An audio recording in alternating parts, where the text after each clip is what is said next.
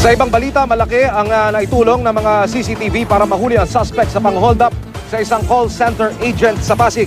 Mga kapuso, mula po sa command center, hinanap sa pamamagitan ng CCTV ang suspect sa pang-hold up sa biktima sa Show Boulevard, Sakop Pahuyan ng Pasig City. Maya-maya, nahagip ang suspect na sumakay sa isang Toyota Innova.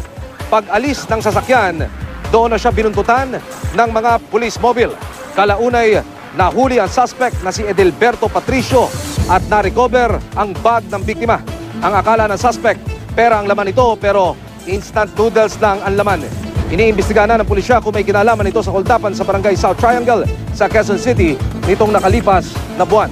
Sa ating pakikipag-ugnayan sa PCP Commander ng Ortigas Center, si Senior Inspector Angel Sumulong, sinasabing naisampa na sa piskalya ang reklamong robbery hold-up laban dito sa suspect. Nakikipag-ugnayan na rin daw sila sa Quezon City Police District para malaman kung may kinalaman ang suspect na si Patricio sa isa pang suspect na pang-hold up na naganap naman sa barangay South Triangle sa Quezon City nitong nakalipas na buwan.